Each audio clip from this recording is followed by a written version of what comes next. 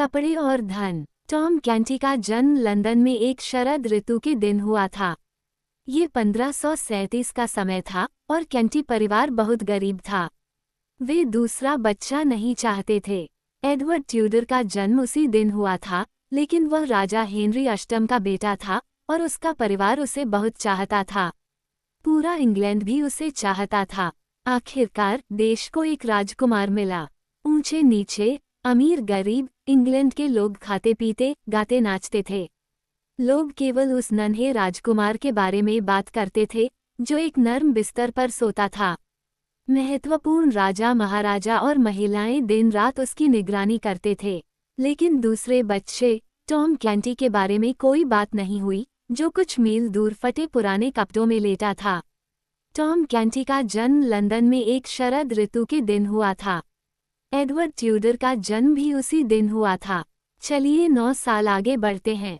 London 1500 साल पुराना था और उस समय के हिसाब से एक महान शहर था। वहाँ 1 लाख या उससे ज्यादा लोग रहते थे। गलियां बहुत संकरी और गंदी थीं और घर लकड़ी के बने थे। कैंटी परिवार एक छोटे से पुराने घर में रहता था जो ऑफल कोर्ट नामक एक बहुत गंदी गली में था। वहाँ अन्य बहुत गरीब परिवार भी रहते थे और कैंटी के पास केवल एक कमरा था। माँ और पिता के पास कोने में एक बिस्तर था, लेकिन टॉम और उसकी 2 बहनें, बेट और नैन, फर्श पर सोते थे। बेट और नान दयालु लड़कियां थीं और उनकी माँ भी उनकी तरह ही थी। लेकिन उनके पिता एक भयानक आदमी थे। वह एक चोर और भिखारी था। टॉम को हर दिन भीख मांगने जाना पड़ता था और जब वह कुछ भी नहीं लेकर घर आता था तो उसके पिता हमेशा उसे मारते थे। लेकिन छोटा टॉम दुखी नहीं था। उसका जीवन असामान्य नहीं था। ऑफल कोर्ट के सभी पिता अपने बच्चों के साथ बुरा व्यवहार करते थे और उन्हें मारते थे। रात में टॉम की दयालु माँ अक्सर उसके लिए रोटी का एक टुकड़ा लाती थी। और फिर ओल्ड एंड्रू भी था। वह एक अच्छा बूढ़ा आदमी था जो बच्चों को अच्छे तरीके सिखाना पसंद करता था। उसने टॉम को पढ़ना लिखना सिखाया और उसे महलों और राजकुमारों की कहानियां सुनाईं। जल्द ही टॉम का सिर इन अद्भुत चीजों से भर गया।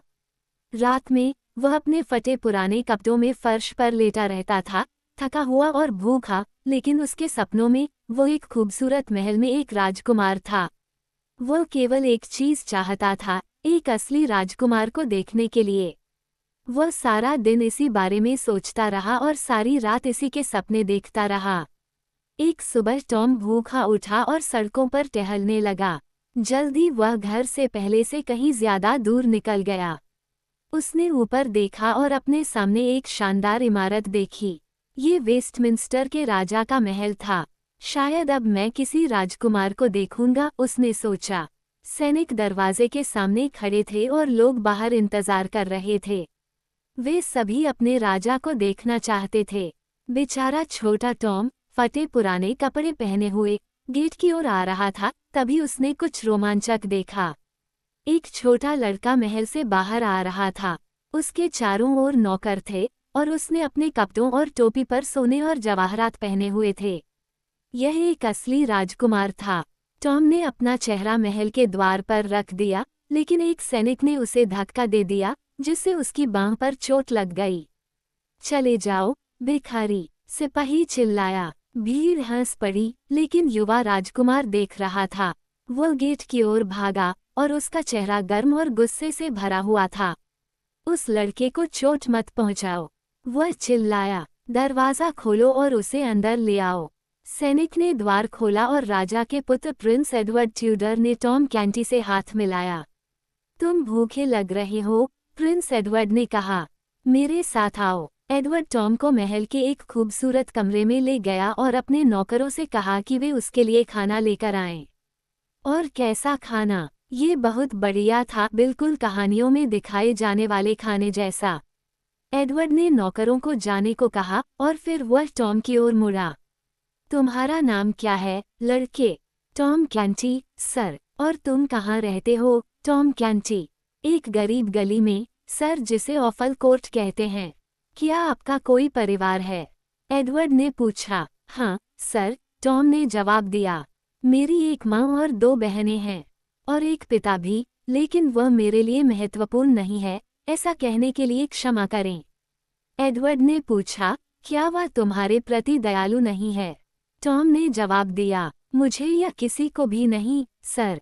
वह मुझे मारता है। तो आज रात वह लंदन के टॉवर में कैदी रहेगा, एडवर्ड ने गुस्से से कहा। मेरे पिता, कृपया, सर, टॉम ने कहा। आप भूल गए कि वह बहुत गरीब है। लंदन का टॉवर केवल महत्वपूर्ण लोगों के लिए है। ये सच है, एडवर्ड ने कहा। मुझे बताओ, तुम इस जगह, ऑफल कोर्ट में हर दिन क्या करते हो? टॉम ने बताया, मैं अपने दोस्तों के साथ खेलता हूँ। हम अक्सर गाते और नाचते हैं। गर्मियों में हम नदी में तैरते हैं। हम कीचड़ में दौड़ते और लड़ते भी हैं। एडवर्ड ने कहा, मैं अपने जूते उतारकर कीचड़ में खेलना चाहता हूँ। सिर्फ एक बार, टॉम ने उत्तर दिया, और मैं राजकुमार के कपड़े पहनना चाहूँगा। बस एक बार, तो फिर तुम ऐसा करोगी? एडवर्ड ने कहा।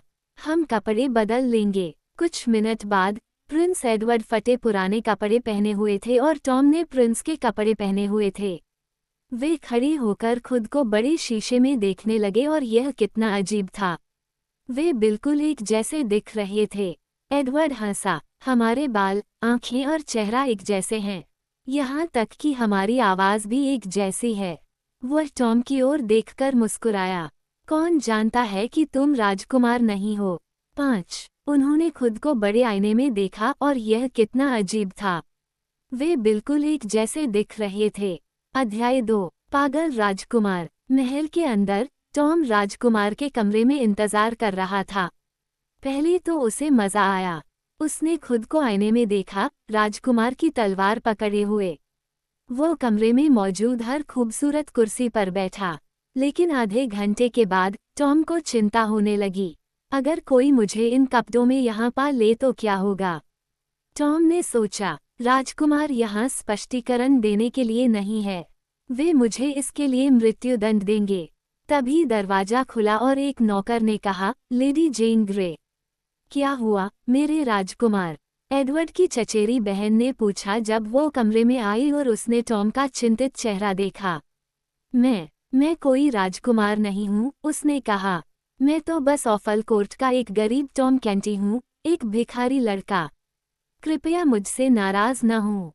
मुझे मेरे फटे पुराने कपड़े लाकर दो, मैं घर चला जाऊंगा। ओह, लेडी जेन डरकर चिल्लाई, तुम क्या कह रहे हो? फिर वह मुड़ी और कमरे से बाहर भाग गई। टॉम ने सोचा, अब मेरे लिए कोई उम्मीद नहीं है। अब वे आएंगे और मुझे ले जाएंगे। जब टॉम वहां इंतजार कर रहा था, तो महल के हर कोने में खबर फैल गई, नौकर से नौकर तक और मालिक से मालकिन तक। राजकुमार पागल है, लोगों ने कहा। वह सोचता है कि वह एक भिखारी है। एडवर्ड ने टॉम की बांह पकड़ ली, लेकिन उसमें अभी भी दर्द हो रहा था और टॉम थोड़ा चिल्लाया। उस सैनिक ने तुम्हें चोट पहुंचाई, एडवर्ड ने गुस्से से कहा। ओह, ये कुछ भी नहीं है, टॉम ने कहा, लेकिन छोटा राजकुमार सुन नहीं रहा था। उसने बहुत बुरा काम किया है और उसे इसका पछतावा होगा, एडवर्ड ने कहा। वो कमरे से बाहर भागने लगा, फिर रुक गया। उसने मेज पर पड़ी एक बड़ी अंगूठी ली और उसे अलमारी में रखने चला गया। लेकिन वह अलमारी नहीं खोल सका, इसलिए उसने अंगूठी को कमरे के कोने में कालीन के नीचे रख दिया और फिर गेट की ओर भागा। उसका चेहरा गर्म था और उसकी आंखें गुस्से से भरी हुई थीं। तुम सिपाही, इधर आओ, एडवर्ड चिल्लाया, लेकिन सिपाही ने उसके कान पर वार किया। ये लो, भिखारी, वह चिल्लाया। ऐसा इसलिए है क्योंकि तुमने मुझे पहले राजकुमार के साथ परेशानी में डाल दिया था। एडवर्ड ने कहा, मैं राजकुमार हूँ। लेकिन सिपाही ने फटे पुराने कपड़े पहने छोटे लड़के को देखा और उसे गेट के अंदर खींच लिया, फिर गेट बंद कर दिया। चले जाओ, मूर्ख भिखारी, उसने गुस्से से कहा। दरवाजे तुरंत खोलो, एडवर्ड चिल्लाया। मैं प्रिंस एडवर्ड हूँ। लेकिन हंसती भीड़ ने उसे धक्का देकर दूर कर दिया और मारा। रास्ता छोड़ो, वे हंसे। प्रिंस एडवर्ड आ रहे हैं। थोड़ी देर बाद एडवर्ड के कमरे के दरवाजे खुले और एक नौकर अंदर आया। नौकर ने कहा, आपके पिता, राजा हेनरी अष्टम, आपसे मिलना चाहते हैं। टॉम नौकर के पीछे पीछे महल में चला गया और महत्वपूर्ण लोग, नौकर और डॉक्टर उसके साथ चले। आखिरकार टॉम नौकरों और सरदारों के समूह के साथ एक सुंदर कमरे में पहुंचा। उसके सामने एक बड़ा और बहुत मोटा आदमी बिस्तर पर बैठा था। उसके बाल सफ़ेद हो चुके थे और उसके कपड़े, जो महंगे लग रहे थे, सुंदर लेकिन पुराने थे। क्या तुम ठीक हो, बेटा? आदमी ने धीरे से पूछा। टॉम फर्श पर गिर पड़ा। टॉम चिल्लाया, कृपया मुझे चोट न पहुंचाएं, महान राजा। मैं एक गरीब लड़का हूँ, लेकिन मैं मरना नहीं चाहता। राजा हेनरी ने कहा, मेरे पास आओ। तुम्हारी तबीयत ठीक नहीं है। राजा ने टॉम का चेहरा अपने हाथों में लिया और प्यार से उसे देखा। डरो मत, उसने कहा। क्या तुम अपने पिता को नहीं जानते? फिर उसने टॉम से फ्रेंच में बात की। टॉम ने कहा, मैं ये भाषा नहीं जानता, सर। हेनरी बिस्तर पर वापस गिर पड़ा। फिर यह सच है, वह चिल्लाया। मेरा बेटा पागल है। उसने बेचारे टॉम का सिर अपनी बाहों में थाम लिया। फिर वह उठकर बैठ गया और अपने आसपास के लोगों को देखने लगा। उसकी आंखें कठोर थीं। राजा ने कहा, मेरा बेटा पागल है, लेकिन वह जल्द ही ठीक हो जाएगा। अगर महल में कोई भी इस बारे में बात करेगा, तो उसे टॉवर ऑफ लंदन जाना होगा। मेरा बेटा अगला राजा होगा इंग्लैंड के राजकुमार। हमें उन्हें वेल्स का राजकुमार बनाने के लिए सभी कागजात पर हस्ताक्षर करने होंगे। सर, एक लॉर्ड ने कहा, केवल ड्यूक ऑफ नॉरफॉक ही इन कागजात पर हस्ताक्षर कर सकते हैं, और वह टॉवर ऑफ लंदन में है। चुप रहो, राजा चिल्लाया। मेरा बेटा उस आदमी का इंतजार नहीं करेगा। हम खुद ही कागजात पर दस्तखत कर देंगे और तुम नॉरफॉक के ड्यूक को मौत की सजा दोगे। ये सुनकर छोटे टॉम का चेहरा सफ़ेद पड़ गया।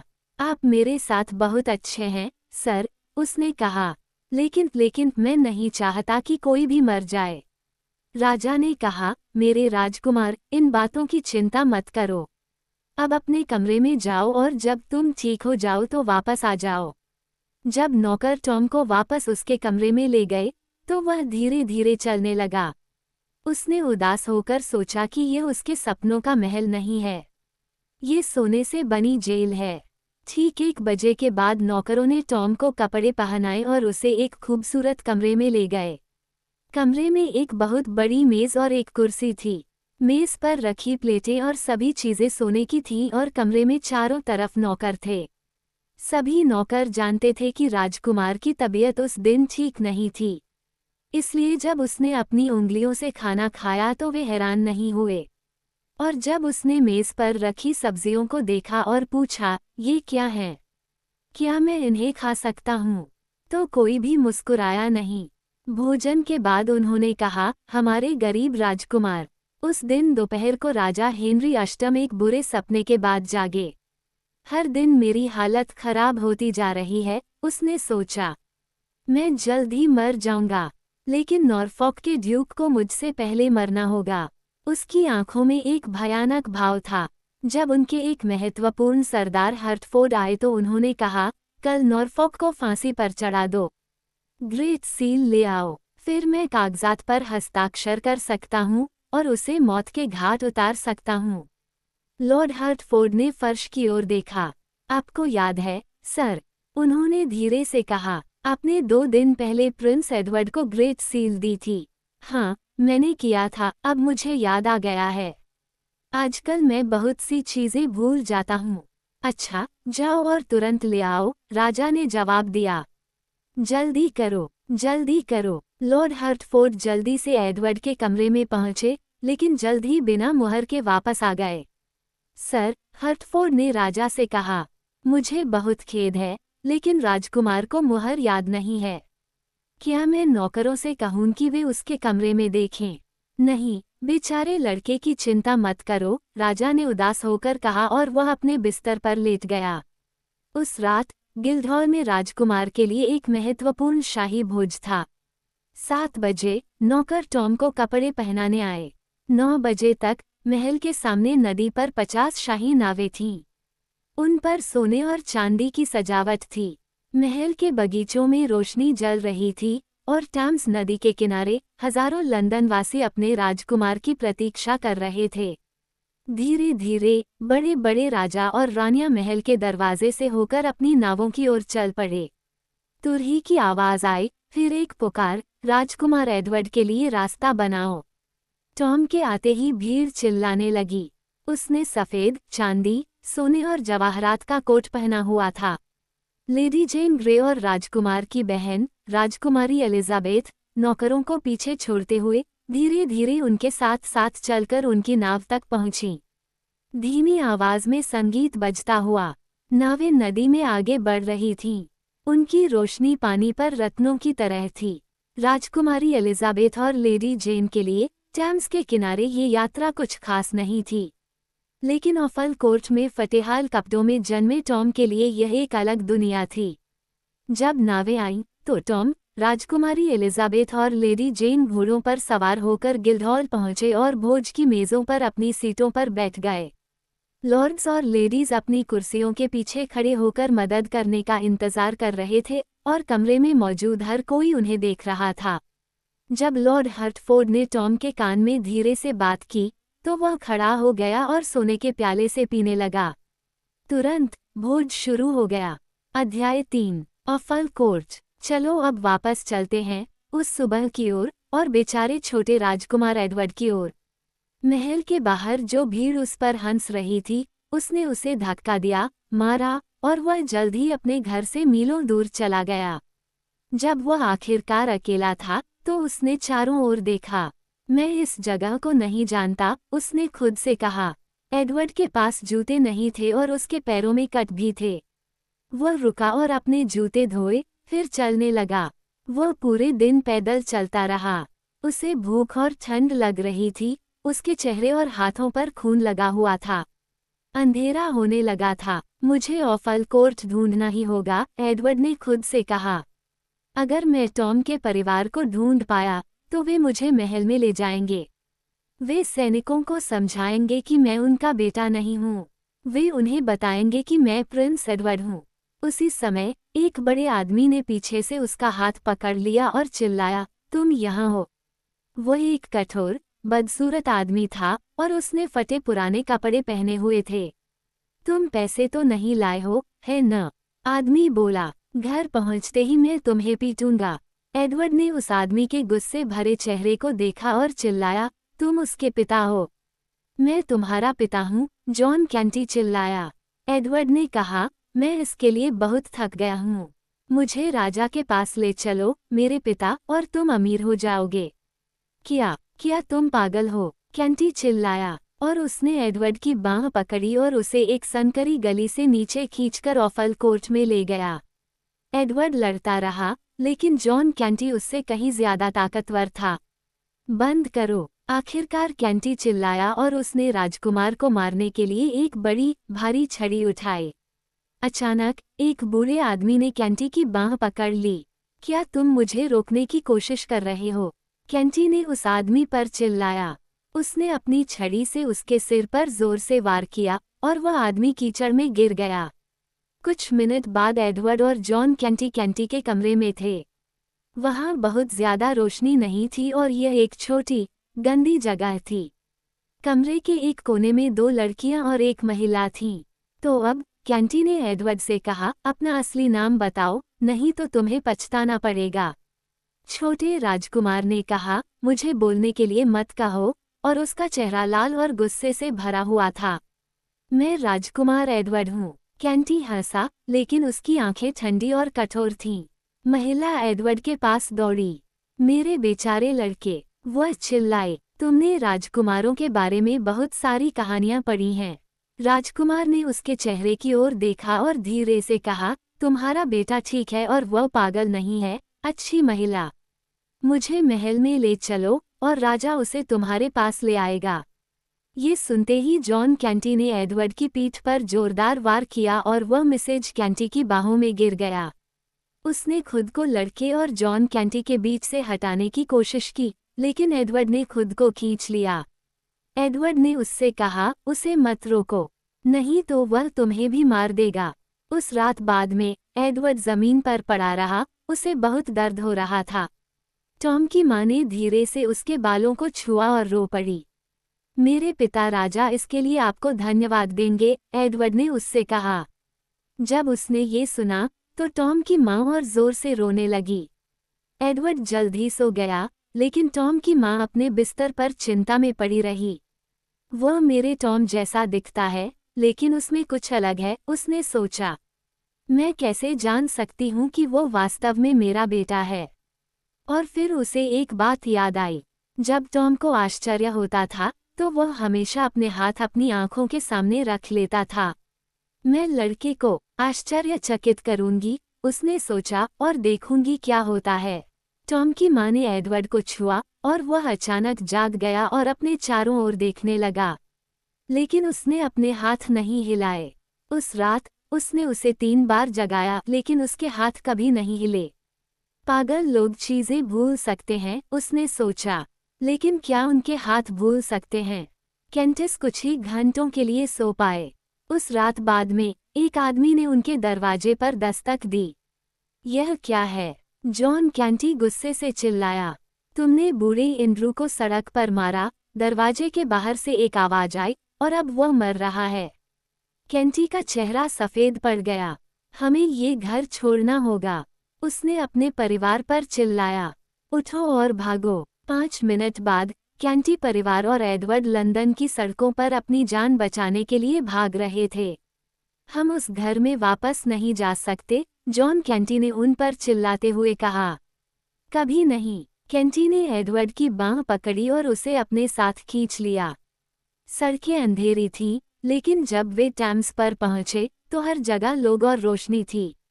भीड़ में खो जाने से पहले केंटी ने टॉम की माँ और बहनों से कहा, बाद में लंदन ब्रिज पर मुझसे मिलो। लेकिन उसने एडवर्ड का हाथ थाम लिया।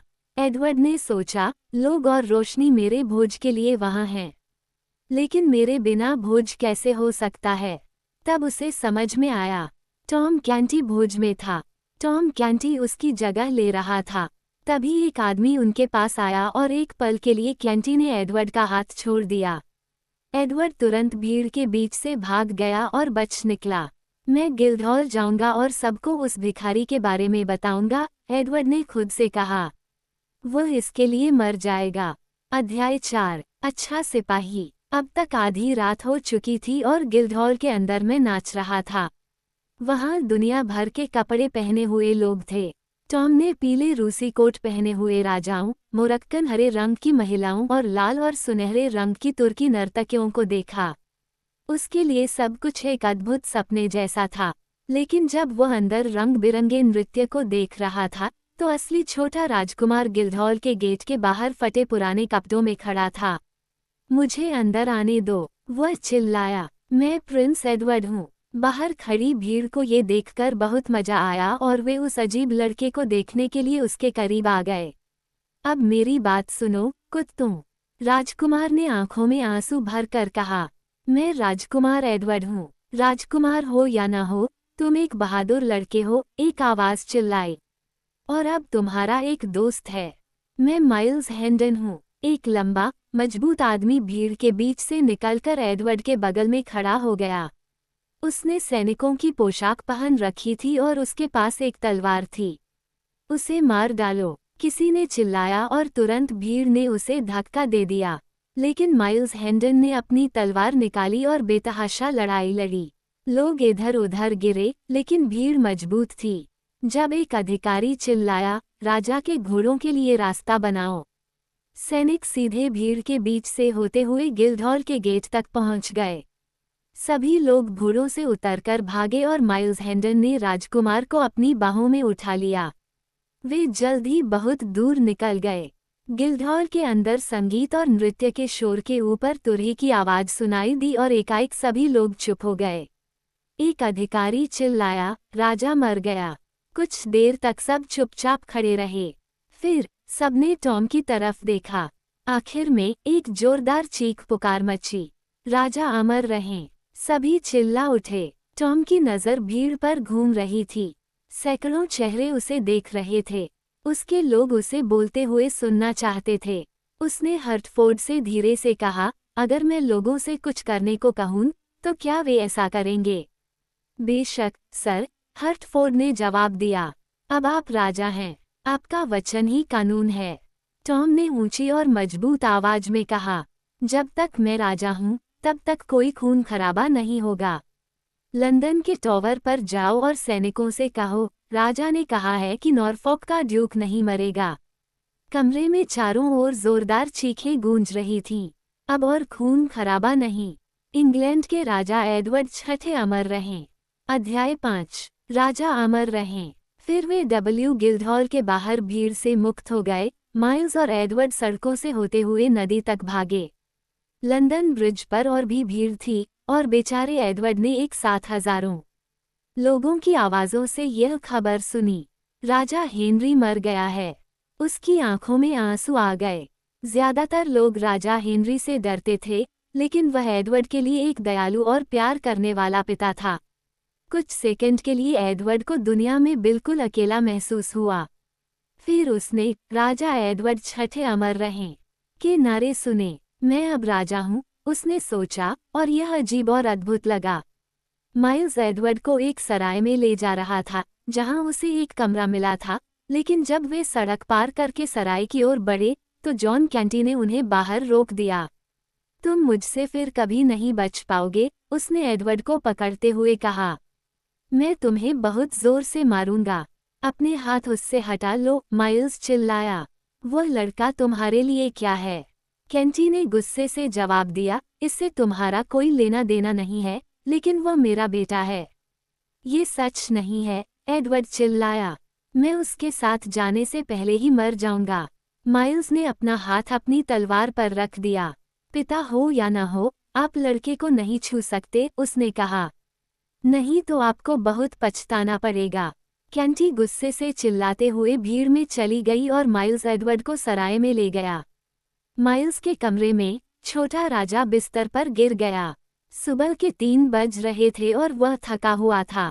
जब मेरा खाना तैयार हो जाए तो मुझे जगा देना, उसने माइल्स से कहा, और फिर वह तुरंत सो गया। अच्छा, माइल्स हंसा। वह मेरे कमरे में आता है और बिना कृपया या धन्यवाद कहे मेरा बिस्तर ले लेता है। वो खुद को राजकुमार कहता है और वह भी राजकुमार की तरह जीने की कोशिश करता है। बेचारा पागल छोटा भिखारी। खैर, मैं उसका दोस्त बनूंगा।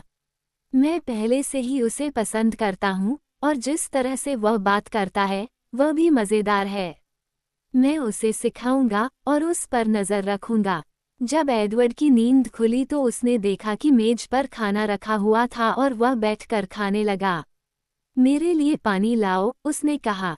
माइल्स ने राजकुमार के लिए एक कप लाया, फिर मेज के पास एक कुर्सी खींची, लेकिन इससे पहले कि वह बैठ पाता, लड़की ने गुस्से में कहा, राजा की मेज पर मत बैठो। माइल्स को लगभग हंसी आ गई, लेकिन उसने खुद को रोक लिया। यह पागल लड़का मुझे अगली बार टॉवर पर भेज देगा, उसने सोचा, और वह चुपचाप खड़ा रहा और एडवर्ड के खाना खत्म करने का इंतजार करने लगा। मुझे अपने बारे में बताओ, एडवर्ड ने खाते हुए कहा। मैं हैंडन हॉल के सर रिचर्ड हैंडन का बेटा हूँ, माइल्स ने जवाब दिया।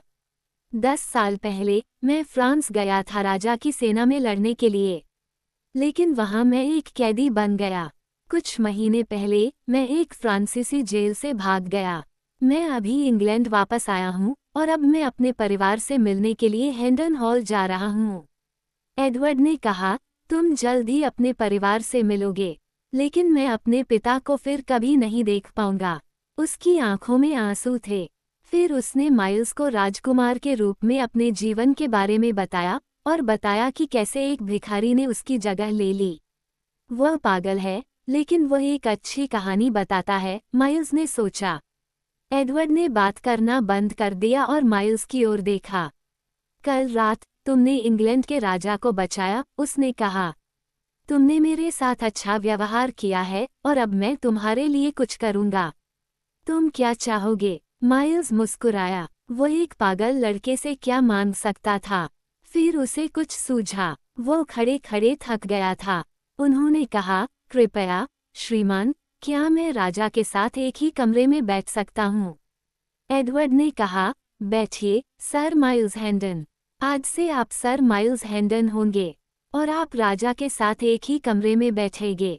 माइल्स तुरंत बैठ गया। मैंने उससे ये पूछकर सही किया, उसने सोचा। मेरे पैर पहले से ही दर्द कर रहे हैं, मैं हफ्तों तक खड़ा नहीं रह पाऊंगा। उस सुबह जब एडवर्ड सो रहा था, माइल्स उसके लिए कुछ कपड़े खरीदने बाहर गया। लेकिन जब वह वापस आया और अपने कमरे का दरवाज़ा खोला, तो वह खाली था। माइल्स नीचे की ओर भागा।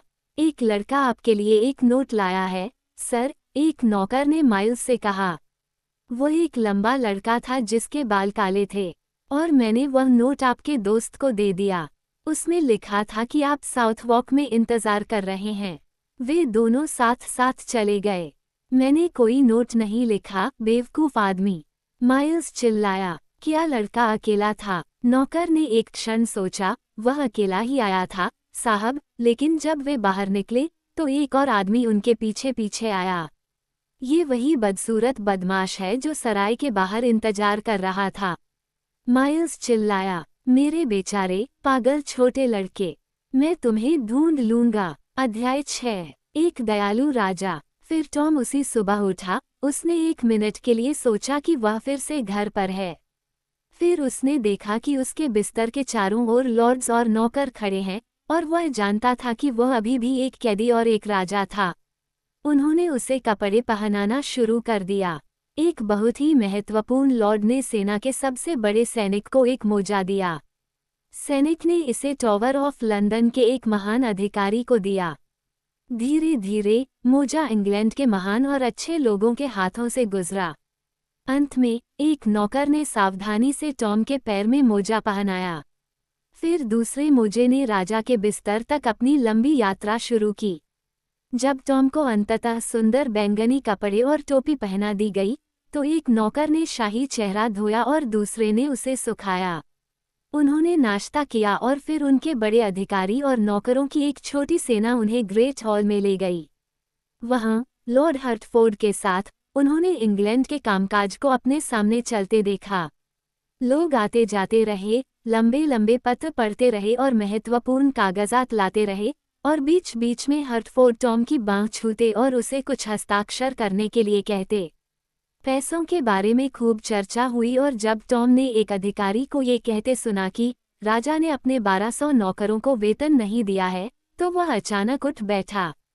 मुझे 1200 नौकरों की जरूरत नहीं है, वह चिल्लाया। चलो एक छोटे से घर में चले जाते हैं। और लेकिन हर्टफोर्ड ने उसकी बांह को छुआ और टॉम रुक गया, उसका चेहरा लाल हो गया।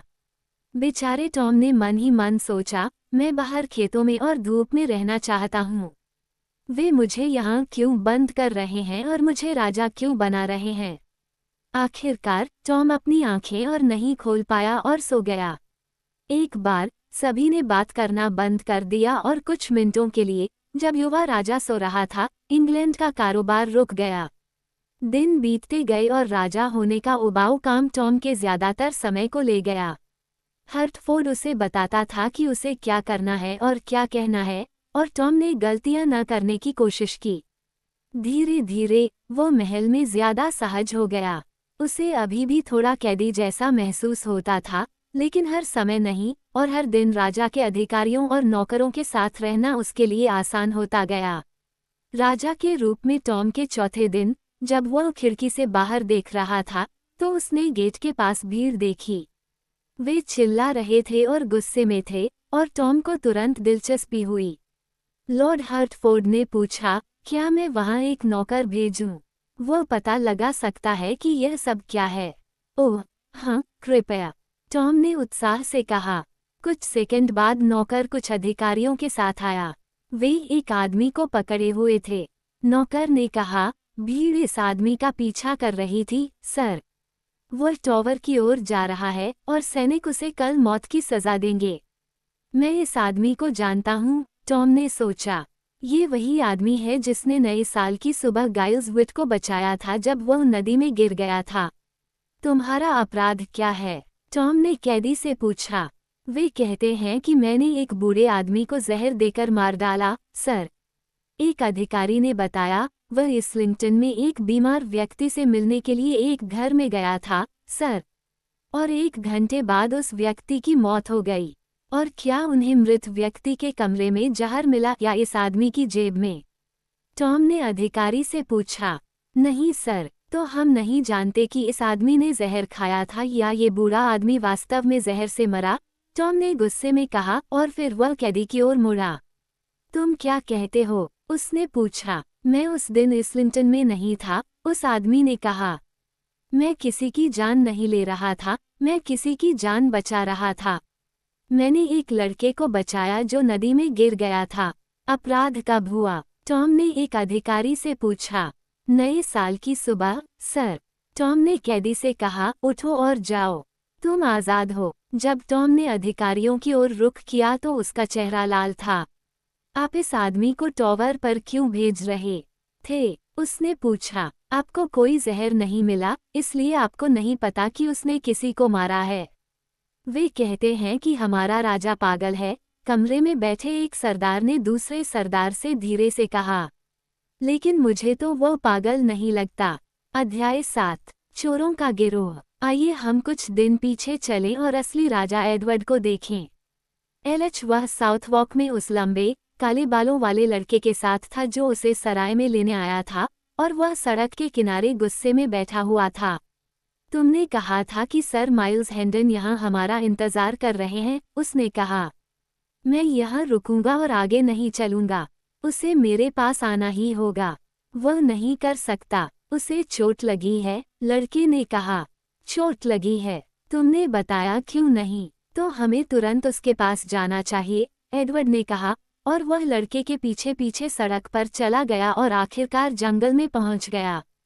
थोड़ी देर बाद वे एक पुराने खलिहान में पहुंचे और एडवर्ड लड़के के पीछे पीछे अंदर चला गया। वहां कोई नहीं था। एडवर्ड ने लड़के की तरफ देखा। उसने पूछा, माइल्स कहाँ है? लेकिन लड़का केवल हंसा। तभी जॉन कैंटी प्रकट हुआ। तुम्हारी बहनें और माँ कहाँ हैं? वो गुस्से से चिल्लाया। मेरी माँ मर चुकी है, एडवर्ड ने उत्तर दिया। और मेरी बहनें महल में हैं, मेरे महल में। लड़का हंसा, लेकिन कैंटी ने कहा, मैं ये सब और नहीं सुनना चाहता, नहीं तो तुम्हें बहुत बुरा लगेगा। अब यहाँ आओ, ह्यूगो। मुझे तुमसे बात करनी है।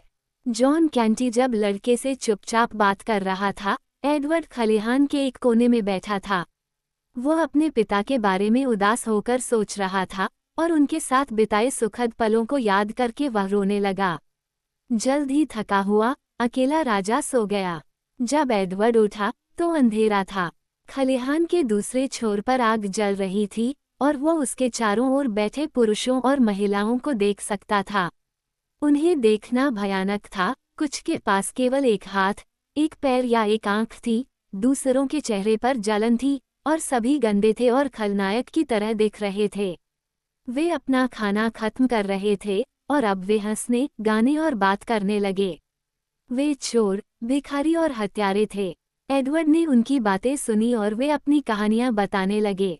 एक व्यक्ति ने बताया, मैं किसान था। मेरी पत्नी और 3 बच्चे थे। मेरी माँ हमारे गांव में बीमार लोगों की देखभाल करती थी, लेकिन एक दिन एक बूढ़े व्यक्ति की मृत्यु हो गई। उसके परिवार ने कहा कि मेरी माँ ने उसे मार डाला। बूढ़े किसान की आंखों में आंसू थे। उन्होंने कहा कि वह एक हत्यारी थी, इसलिए सैनिक आए और उसे मार डाला। उन्होंने हमारे खेत ले लिए, इसलिए हम शहर शहर घूमे और रोटी के लिए भीख मांगी। लेकिन हम इंग्लैंड में भीख नहीं मांग सकते, है ना? उन्होंने मेरी पत्नी को पकड़ लिया और उसे मार डाला। और जब उन्होंने मुझे पकड़ा, तो उन्होंने मेरे कान काट दिए। लेकिन मैंने भीख मांगना बंद नहीं किया। मैं क्या कर सकता था? बच्चों के पास खाने के लिए कुछ नहीं था, इसलिए वे भी मर गए। और जब वे मुझे फिर से भीख मांगते हुए पकड़ेंगे, तो वे मुझे मार डालेंगे। एडवर्ड खड़ा हो गया। वे तुम्हें फांसी नहीं देंगे, वह चिल्लाया। मैं उन्हें रोक दूंगा। सभी ने मुड़कर एडवर्ड की ओर देखा। और तुम कौन हो? वे हंसे। उन्होंने कहा, मैं एडवर्ड हूँ, इंग्लैंड का राजा। चोर जोर से हंसने लगे। सावधान रहो, चेहरे पर जले हुए एक आदमी ने कहा। अगर राजा के अधिकारी तुम्हें ये कहते हुए सुन लेंगे, तो वे तुम्हें मार डालेंगे। एक महिला ने कहा, चलो हम उसे फू the first king of the moon कहें, और सभी हंस पड़े। राजा फू अमर रहें। चोर चिल्लाए, और उन्होंने एडवर्ड की बाहें पकड़ ली, उसे बक्सों के एक सिंहासन पर बैठा दिया, और उसके सिर पर मुकुट के रूप में एक प्लेट रख दी। वे हंसते हुए चिल्लाए, राजा फूफू, हम पर दया करो, हम आपके सेवक बने। मैंने दयालु बनने की कोशिश की, एडवर्ड ने सोचा, उसके चेहरे पर आंसू बह रहे थे। लेकिन वे इस तरह से मेरा शुक्रिया अदा करते हैं। अगली सुबह गिरोह जंगल से निकलकर पूर्व की ओर चल पड़ा। वे सड़क पर लोगों पर चिल्लाते थे और वे फार्म हाउसों से सामान चुराते थे, लेकिन किसी ने उन्हें रोकने की कोशिश नहीं की। वे बहुत डरे हुए थे। दोपहर के समय वे एक गांव में पहुंचे और गिरोह छोटे छोटे समूहों में भीख मांगने या चोरी करने के लिए निकल पड़ा। ह्यूगो एडवर्ड के साथ गया। गांव को कुछ देर तक देखने के बाद ह्यूगो ने एडवर्ड से कहा, यहाँ चोरी करने के लिए कुछ भी नहीं है, हमें भीख मांगनी पड़ेगी। एडवर्ड ने कहा, मैं भीख नहीं मांगूंगा और न ही चोरी करूंगा। तुम्हारे पिता कहते हैं कि तुमने सारी जिंदगी लंदन की सड़कों पर भीख मांगी है। इतना मूर्ख मत बनो, एडवर्ड ने उत्तर दिया। अब सुनो, ह्यूगो ने कहा, जब मैं गिर जाऊं तो उस आदमी से मदद मांगना, कहना कि मैं बीमार हूं और तुम मेरे भाई हो। वह दयालु दिखता है और वह हमें पैसे देगा। जब वह आदमी उनके पास आया तो ह्यूगो जमीन पर गिर पड़ा। वो कीचड़ में पड़ा रहा और इधर उधर करवटें बदलता रहा। खाने के लिए 2 पैसे, सर, वह चिल्लाया। मैं बीमार हूँ। बेचारे लड़के, तुम्हें 3 पैसे मिलेंगे, आदमी ने कहा। एडवर्ड ने कहा, वह बीमार नहीं है, वह एक भिखारी और चोर है। उसने आपके 3 पैसे ले लिए हैं और आपकी जेब से भी पैसे ले लिए हैं। ह्यूगो अपने पैरों पर खड़ा हुआ और भाग गया और वह आदमी उसके पीछे पीछे चिल्लाता हुआ और मदद के लिए पुकारता हुआ चला गया। एडवर्ड को पता था कि वह आखिरकार बच सकता है और वह मुड़ा और जितनी जल्दी हो सके दूसरी तरफ भाग गया। अध्याय 8। एडवर्ड का पलायन। ड्वार्ड ह्यूगो से भागकर ही गांव के दूसरी तरफ चला गया और तभी भागना बंद किया जब घर बहुत पीछे रह गए। वो कुछ और घंटों तक चलता रहा और फिर भूख और थकान महसूस करते हुए वो मदद मांगने के लिए एक फार्म हाउस पर रुका।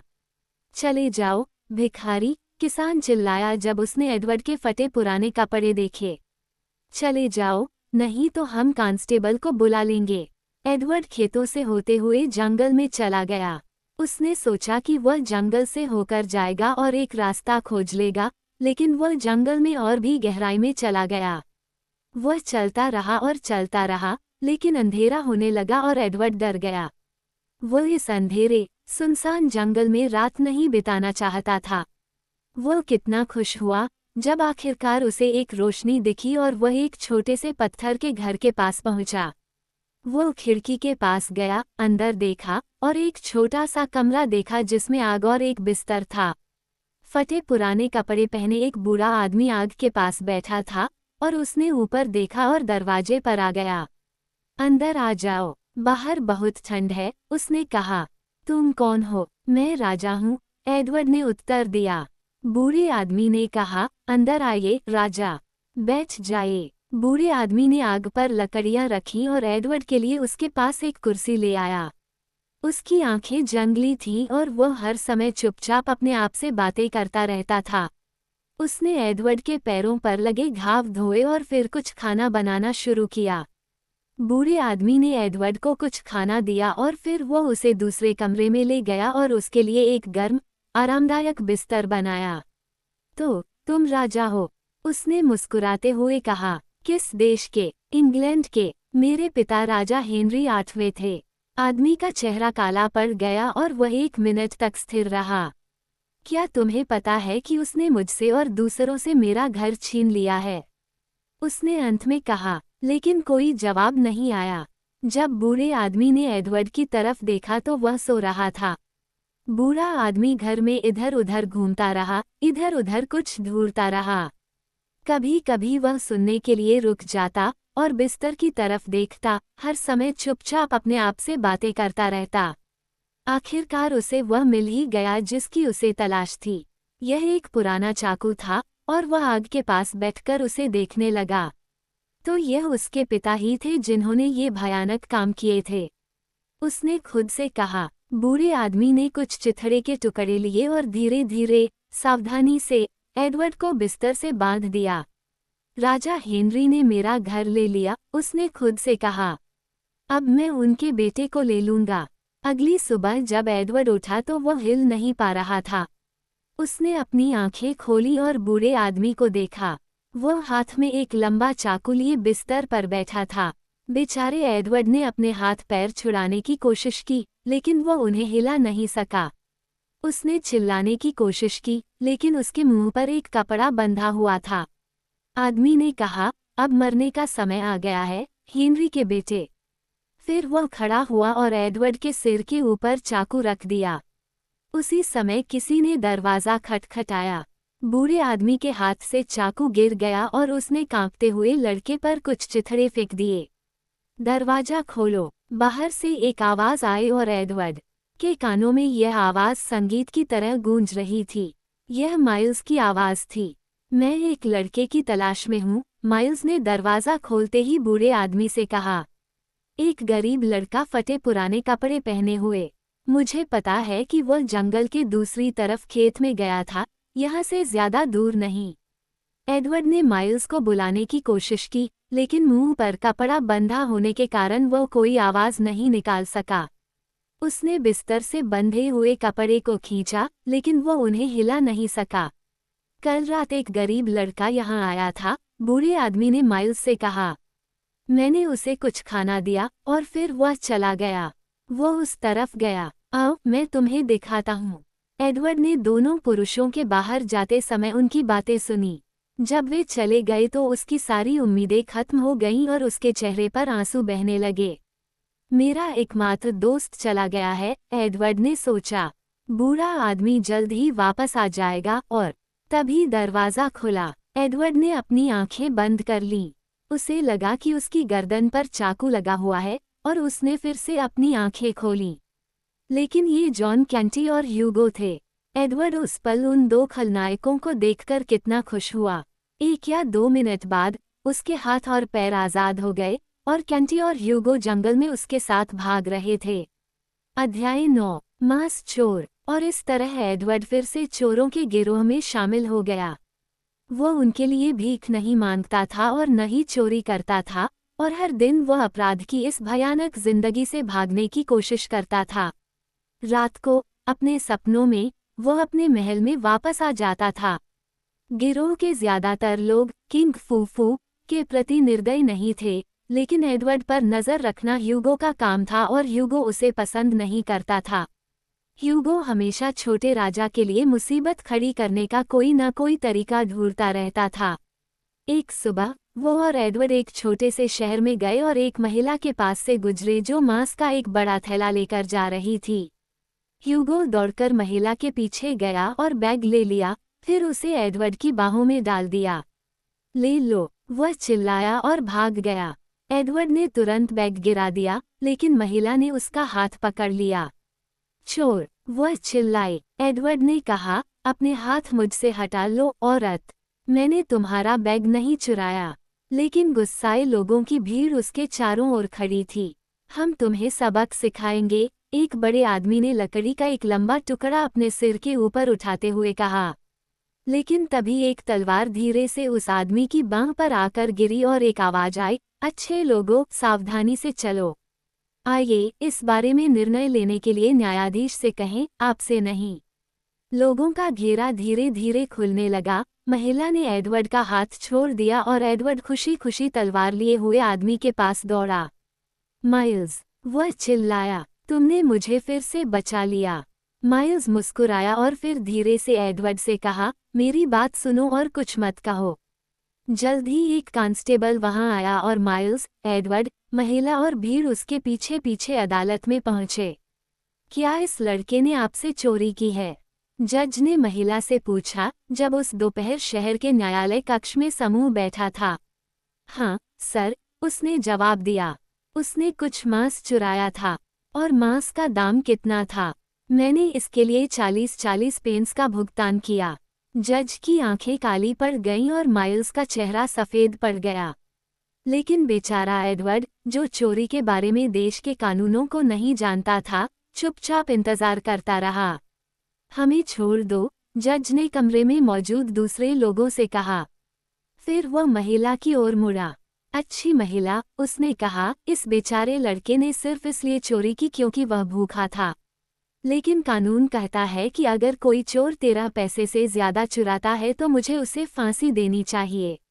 एडवर्ड उछल पड़ा, उसकी आंखें चौड़ी हो गईं, लेकिन महिला कांपने लगी और चिल्लाने लगी। अरे नहीं, मुझे यह नहीं चाहिए। मैंने अभी तक अपनी किताब में मांस की कीमत नहीं लिखी है, जज ने कहा और उसकी ओर कड़ी निगाह से देखा। क्या तुम्हें कीमत के बारे में पक्का पता है? ओह, नहीं, हाँ, अब मुझे याद आया, उसने जवाब दिया। मैंने इसके लिए 8 पेंस चुकाए थे। जब उसने ये सुना, तो माइल्स हेंडन खुशी से उछल पड़ा और एडवर्ड को अपनी बाहों में भर लिया। महिला अपना मांस लेकर चली गई, लेकिन वह अकेली नहीं थी। कांस्टेबल उसके पीछे बाहर हॉल में गया और माइल्स, जिसने सब कुछ देखा था, उनके पीछे चला गया। यह मांस का एक बढ़िया टुकड़ा है, कांस्टेबल महिला से कह रहा था। मैं इसे तुमसे 8 पेंस में खरीद लूंगा। तुम नहीं करोगे? महिला बोली। मैंने इसके लिए 40-40 पेंस का भुगतान किया है, लेकिन अभी कोर्ट में तुमने कहा कि इसकी कीमत सिर्फ 8 पैसे है। चलो अब वापस चलते हैं और जज को बताते हैं, फिर वे उस लड़के को फांसी दे देंगे। नहीं, नहीं, महिला चिल्लाई, तुम यहाँ हो, मुझे 8 पैसे दो और इससे ज्यादा कुछ मत कहो, मैं तुमसे विनती करती हूँ।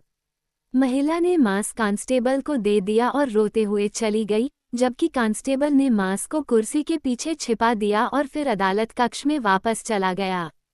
तुम्हें 2 सप्ताह के लिए जेल जाना होगा, जज एडवर्ड से कह रहे थे जब माइल्स वापस उनके पास पहुंचा। एडवर्ड का मुंह खुला रह गया। कुछ मत कहो और जो मैं कहूँ वही करो, माइल्स ने धीरे से कहा। दिन का लगभग अंत हो चुका था और सड़कें सुनसान थीं। जब एडवर्ड और माइल्स कांस्टेबल का पीछा करते हुए शहर से होते हुए जेल पहुंचे तो दरवाजा खाली था। हेंडन ने अचानक कांस्टेबल से कहा, अपनी नजरें दूसरी ओर घुमाओ। तब ये बेचारा लड़का भाग सकता है। तुमने क्या कहा? कांस्टेबल ने कहा। क्या मैं तुम्हें भी जेल भेज दूं? माइल्स ने कहा, मैंने देखा कि कोर्ट रूम के बाहर उस महिला के साथ क्या हुआ। तुमने उसे उस मांस के लिए केवल 8 पेंस दिए। राजा के अधिकारी इसके लिए तुम्हें मृत्युदंड देंगे, और मैं उन्हें अभी बताने जा रहा हूँ। वह जाने के लिए मुड़ा, लेकिन कांस्टेबल ने उसका हाथ पकड़ लिया। नहीं, नहीं, कृपया, प्रिय महोदय, अब लड़के के साथ चले जाए, और मैं दूसरी ओर देखूंगा और कुछ भी नहीं देखूंगा।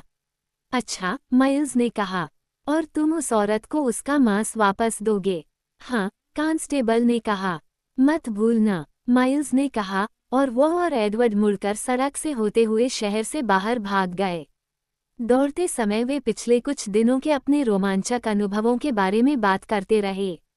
एडवर्ड ने कहा, हमें तुरंत लॉर्ड हर्टफोर्ड से मिलने जाना चाहिए, माइल्स। मुझे सिंहासन वापस जीतना है। उसका बेचारा छोटा सा सिर अभी भी इस पागल सपने में व्यस्त है, माइल्स ने खुद से सोचा। लेकिन मुझे लंदन में काम करने हैं, हेंडन हॉल लंदन जाने से पहले हम चलेंगे। अध्याय एओ, राज तिलक। जबकि इंग्लैंड का असली राजा फटे पुराने कपड़े पहनकर, बहुत कम खाकर तथा चोरों और हत्यारों से दूर भागकर देश भर में घूम रहा था, राजा टॉम कैंटी आनंद लेने लगा था। अब वो बहुत ज्यादा गलतियां नहीं करता था। जब वह राजकुमारी एलिजाबेथ या लेडी जेन ग्रे से बात करना चाहता था, तो वह उन्हें बुलाता था, और जब वह ऊब जाता था तो उन्हें दूर भेज देता था। उसे शाही दावतें बहुत पसंद थीं और वह अधिकारियों और नौकरों की फौज के साथ डिनर पर जाना पसंद करता था। उसे अपने शानदार कपड़े पसंद थे और वह और मांगता था, और अब उसके पास राजा हेनरी से ज्यादा नौकर थे। वह अभी भी एक दयालु राजा था और उसने गरीब लोगों की मदद के लिए कई कानून बदले, लेकिन जब वह क्रोधित होता था तो उसके स्वामी और अधिकारी बहुत डर जाते थे। पहले तो टॉम को एडवर्ड, जो असली राजा था, के लिए बहुत दुख हुआ, लेकिन उसकी नई जिंदगी रोमांचक थी। अब वह एडवर्ड के बारे में ज्यादा नहीं सोचता था और वह अपने परिवार को भी भूलने लगा था। 19 फरवरी 1547 की शाम को टॉम महल में अपने आरामदायक बिस्तर पर खुश होकर सो गया। अगला दिन राज्याभिषेक का दिन था। उसी शाम एडवर्ड और माइल्स लंदन ब्रिज पर पहुंचे। हर कोई राज्याभिषेक के बारे में बात कर रहा था और लोग सड़कों पर खा रहे थे, पी रहे थे और नाच रहे थे। एडवर्ड भीड़ में माइल्स को खो बैठा और वेस्टमिंस्टर एब्बे की ओर चल पड़े। वहां उन्होंने देखा कि कैसे कामगार लोग इमारत के अंदर और बाहर सामान ले जा रहे थे ताकि अगले दिन के लिए उसे तैयार किया जा सके। वह भिखारी मेरा मुकुट नहीं पहनेगा, एडवर्ड ने सोचा। जब कोई नहीं देख रहा था तो वह मठ में भाग गया और कुछ सजावट के पीछे छिप गया। जब उस रात आखिरी कामगार मठ से बाहर निकला तो वह कोने में फर्श पर सो रहा था। अगली सुबह 7 बजे टॉम एक खूबसूरत सफ़ेद घोड़े पर सवार होकर लंदन से वेस्टमिंस्टर एब्बे की ओर चल पड़ा। हर्टफोर्ड उसके बगल में था और उसके पीछे कई सरदार और नौकर थे। सड़कें लोगों से भरी हुई थीं और रंग बिरंगी सजावट थी। संगीत बज रहा था और लोग नाच रहे थे और गा रहे थे। हर खिड़की पर चेहरे थे और हर गली में भीड़ थी। वे चिल्लाए, राजा अमर रहें। भीड़ में से एक टॉम की माँ भी थी और जब उसने उसे देखा तो आश्चर्य में उसके हाथ उसकी आंखों के सामने उड़ गए। उसकी माँ ने ये देखा और वह भीड़ के सामने आ गई। मेरा बेटा, मेरा बच्चा, वो उसके पैर छूते हुए चिल्लाई। एक अधिकारी ने उसे धक्का देकर दूर कर दिया और टॉम ने उसकी ओर देखते हुए कहा, मैं तुम्हें नहीं जानता, महिला। टॉम भीड़ के बीच से आगे बढ़ गया, लेकिन उसने उन्हें फिर कभी नहीं देखा, न ही उनकी चीखें सुनी। वह केवल अपनी माँ के उदास चेहरे के बारे में सोच सकता था। 9 बजे मठ के अंदर लोगों ने बंदूकों की आवाज़ सुनी। राजा बाहर था। वे चुपचाप बैठे रहे और इंतजार करते रहे। तुरही बजाई गई और राजा के सैनिक मठ में चले गए। फिर टॉम अपने सुंदर सुनहरे राज्याभिषेक के कपड़े पहने हुए दिखाई दिया। संगीत बजता रहा और बड़े बड़े राजा और उच्च अधिकारी धीरे धीरे टॉम के साथ सिंहासन की ओर बढ़े। फिर राज्याभिषेक शुरू हुआ, लेकिन हर मिनट टॉम का चेहरा सफ़ेद होता जा रहा था और उसकी आंखों में एक उदास भाव था। आखिरकार देश के सबसे बड़े राजा ने टॉम के सिर पर इंग्लैंड का ताज पहनाया। हर कोई शांत हो गया, लेकिन उस महत्वपूर्ण क्षण में एक लड़का मठ में दौड़ने लगा। एक लड़का बिना जूतों के, फटे पुराने कपड़े पहने हुए था, जो हाथ उठाकर चिल्ला रहा था, उस लड़के के सिर पर इंग्लैंड का ताज मत रखो। मैं राजा हूँ। सैनिक और अधिकारी लड़के को पकड़ने के लिए दौड़े, लेकिन उसी समय अपने शाही कपड़ों में टॉम कैंटी चिल्लाया, उसे मत छुओ, वह राजा है। मठ में कोई आवाज़ नहीं थी। हर कोई टॉम की ओर देख रहा था। राजा की तबीयत ठीक नहीं है, हर्टफोर्ड ने राजा के एक अधिकारी से धीरे से कहा। उस भिखारी को ले जाओ, उसे मत छुओ, वह राजा है। टॉम ने फिर कहा। एडवर्ड सिंहासन पर आया और मठ में मौजूद सभी लोगों के चेहरे पर आश्चर्य की लकीरें उभर आईं। वे सभी एक ही बात सोच रहे थे, वह भिखारी राजा जैसा दिखता है। 1 मिनट तक कोई नहीं बोला। फिर हर्टफोर्ड एडवर्ड की ओर मुड़ा। उन्होंने पूछा, क्या आप कृपया कुछ प्रश्नों का उत्तर देंगे? बेशक, एडवर्ड ने कहा। हर्टफोर्ड ने उससे महल के बारे में कई सवाल पूछे और एडवर्ड ने तुरंत जवाब दिया। कोई भी इसे समझ नहीं सका। इस भिखारी को महल के बारे में इतना कुछ कैसे पता था? तुम्हारे जवाब सही हैं, हर्टफोर्ड ने एडवर्ड की ओर देखते हुए कहा। अगर तुम मुझे एक और बात बता सको तो हम जान जाएंगे कि तुम राजा हो। ग्रेट सील कहाँ है? एडवर्ड ने सहजता से उत्तर दिया, मैं इसे अपने कमरे में छोटी अलमारी में रखता हूँ। इस स्थान पर जाओ और मुहर ले आओ, हर्टफोर्ड ने राजा के एक अधिकारी से कहा। अधिकारी मुड़ा और चला गया। फिर मठ में सभी बड़े बड़े सरदार और महिलाएं बैठकर इंतजार करने लगे। वे एक लड़के से दूसरे लड़के की तरफ देखते रहे और बातें करते रहे। जब अधिकारी वापस आया तो सभी लोग चुपचाप देखते रहे। जब वह मठ के सामने की ओर गया, फिर हर्टफोर्ड से बात की। सील वहां नहीं है, हर्टफोर्ड ने एडवर्ड की ओर मुड़ते हुए कहा। सैनिकों, इस लड़के को सड़क पर फेंक दो, उसे मत छुओ, नहीं तो तुम्हें अपनी जान से हाथ धोना पड़ेगा। टॉम गुस्से से चिल्लाया, क्या आपने ध्यान से मुहर देखी? हर्टफोर्ड ने अधिकारी से पूछा।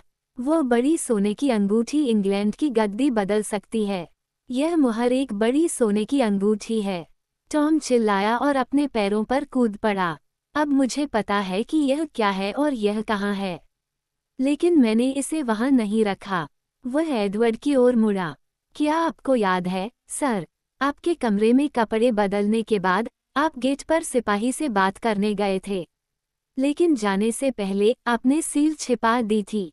आप अलमारी नहीं खोल पाए, इसलिए। एडवर्ड के चेहरे पर मुस्कान आ गई। अब मुझे याद आया, मैंने इसे अपने कमरे के कोने में कालीन के नीचे रखा था। अधिकारी फिर से महल की ओर चला गया और मठ के अंदर लोग खड़े थे, इंतजार कर रहे थे और उत्साह से बातें कर रहे थे। मिनट बीत गए और चले गए। अंत में अधिकारी मठ में भाग गया। वह महान मुहर पकड़े हुए था। मठ में एक जोरदार नारा गूंज उठा, सच्चे राजा की जय हो। मठ में खुशी के नारे और तुरहियां गूंज रही थीं। एडवर्ड अपने फटे पुराने कपड़ों में खड़ा था और खुशी से मुस्कुरा रहा था। हर्टफोर्ड ने टॉम का हाथ पकड़ते हुए कहा, लड़के को टॉवर पर ले जाओ। लेकिन एडवर्ड ने उन्हें रोक दिया। उसे चोट मत पहुंचाओ, उसने कहा। मैंने अपना ताज फिर से जीत लिया है। उसने मेरी मदद की है और किसी को भी उसे छूना नहीं चाहिए। नौकरों ने सावधानी से टॉम के सुनहरे कपड़े लिए और एडवर्ड को पहनाए और फिर राज्याभिषेक फिर से शुरू हुआ। आखिरकार इंग्लैंड को अपना असली राजा मिल गया और बंदूकों ने पूरे लंदन शहर में ये खबर पहुंचा दी। अध्याय 2, कंगाल राजा। माइल्स हेंडन लंदन की सबसे गंदी और गरीब सड़कों पर घंटों घूमता रहा, लेकिन उसे एडवर्ड नहीं मिला।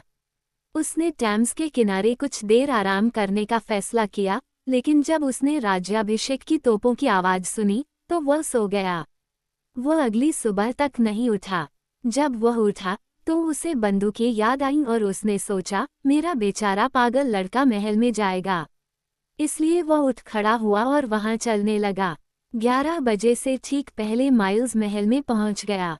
जब वह गेट तक पहुंचा तो एक सिपाही ने उसे ध्यान से देखा। क्या आप सर माइल्स हेंडन हैं? सैनिक ने पूछा। उन्होंने जवाब दिया, मैं माइल्स हेंडन हूँ, लेकिन सर नहीं हूँ। सैनिक ने कहा, कृपया मेरे पीछे आइए। राजा आपसे मिलना चाहते हैं। मैंने क्या किया है? राजा मुझसे क्यों मिलना चाहता है? माइल्स चिंतित था और सैनिक का महल में पीछा कर रहा था। आखिरकार वे ग्रेट हॉल में पहुंच गए। माइल्स ने अपनी टोपी उतारी और सिपाही के पीछे पीछे सिंहासन तक गया। वह डर गया, लेकिन तभी राजा ने अपना सिर हिलाया और माइल्स ने उसका चेहरा देखा। ये संभव नहीं है, उसने सोचा। उसका बेचारा पागल लड़का इंग्लैंड की गद्दी पर बैठा था। मैं सपना देख रहा हूँ, माइल्स ने खुद से कहा। लेकिन उसका छोटा सा गरीब दोस्त असली लग रहा था और कमरे में मौजूद दूसरे लोग भी असली लग रहे थे। वह कैसे पता लगा सकता था कि यह वाकई उसका भिखारी लड़का है? फिर माइल्स को कुछ सूझा। उसने एक कुर्सी ली और बैठ गया। अचानक उसने गुस्से से भरी आवाजें सुनी और एक हाथ ने उसका हाथ पकड़ लिया। खड़े हो जाओ, बेवकूफ आदमी, एक आवाज चिल्लाई। राजा के सामने कोई नहीं बैठता। लेकिन एडवर्ड अचानक उठ खड़ा हुआ। उसे मत छुओ, वह चिल्लाया। यह आदमी मेरा सच्चा सेवक है और उसने अपनी तलवार से मेरी जान बचाई। इसके लिए वह सर माइल्स हेंडन बन गया। सर माइल्स और केवल सर माइल्स ही राजा के सामने बैठ सकते हैं। और उनके बच्चे और उनके बच्चे और उनके बच्चे भी ऐसा ही कर सकते हैं। तो यह मेरा कंगाल है, मेरा छोटा भिखारी लड़का। माइल्स चिल्लाया, मेरे सैनिकों ने तुम्हें ढूंढ लिया। एडवर्ड ने कहा, मुझे पता था कि तुम मुझे खोजते हुए महल में आओगे और मैंने तुम्हारा परिचय उन्हें दे दिया। कमरे के दूसरे छोर पर शोर हुआ और एक नौकर टॉम को ग्रेट हॉल में ले आया। एडवर्ड माइल्स से टॉम की ओर मुड़ा। एडवर्ड ने कहा, मैंने सुना है कि तुम एक अच्छे और दयालु राजा थे और मैं तुमसे बहुत खुश हूँ। हम तुम्हारी माँ और बहनों का ख्याल रखेंगे और आज से तुम सर टॉम कहलाओगे। तब हर कोई याद रखेगा कि तुम कभी राजा थे। नौकरों ने टॉम को कमरे से बाहर निकाला और वह प्रसन्न होकर अपनी माँ को खुशखबरी सुनाने के लिए दौड़ा। और इसलिए हम राजा एडवर्ड को उसके विशाल महल में छोड़ देते हैं। बेचारा एडवर्ड ज्यादा साल तक जीवित नहीं रहा, लेकिन उसने राजा रहते हुए अपने लोगों की मदद करने की कोशिश की। उसे वह जज मिला जिसने ह्यूगो द्वारा मांस चुराए जाने पर उसे बचाया था और उसे एक महत्वपूर्ण व्यक्ति बनने में मदद की। उसे वह गरीब किसान भी मिला जिसने उसे चोरों के गिरोह से बचाया था और उसे एक आरामदायक जीवन दिया था। एडवर्ड के शासन में कई भिखारी और चोर फांसी से बच गए और कई कानून बदल गए।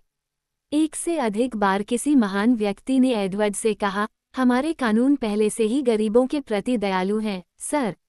आपको उन्हें बदलने की जरूरत नहीं है। और हर बार एडवर्ड लॉर्ड की ओर देखकर कहता, एक गरीब के रूप में जीवन के बारे में आप क्या जानते हैं? मेरे लोग और मैं जानते हैं, लेकिन आप नहीं। राजा एडवर्ड को अपने साहसिक कारनामों की कहानी बताना पसंद था, तथा वे ये भी बताते थे कि कैसे वे राज्याभिषेक समारोह में लगभग चूक गए थे, क्योंकि वे वेस्टमिंस्टर एब्बे के एक कोने में फर्श पर गहरी नींद में सो रहे थे। वह अपने छोटे से जीवन के बाकी समय में टॉम कैंटी और माइल्स हेंडन के दोस्त रहे। माइल्स हेंडन हॉल में अपने घर चले गए और जल्द ही शादी कर ली। टॉम ने एक लंबा और खुशहाल जीवन जिया और उनकी माँ और बहनों ने भी, लेकिन किसी ने जॉन कैंटी को फिर कभी नहीं देखा। हर कोई जानता था कि टॉम कैंटी ही सर टॉम है, और जब भी वे उसे सड़क पर देखते तो रुक जाते। वह आदमी कभी राजा था, उन्होंने कहा। उसके लिए अपनी टोपी उतारो।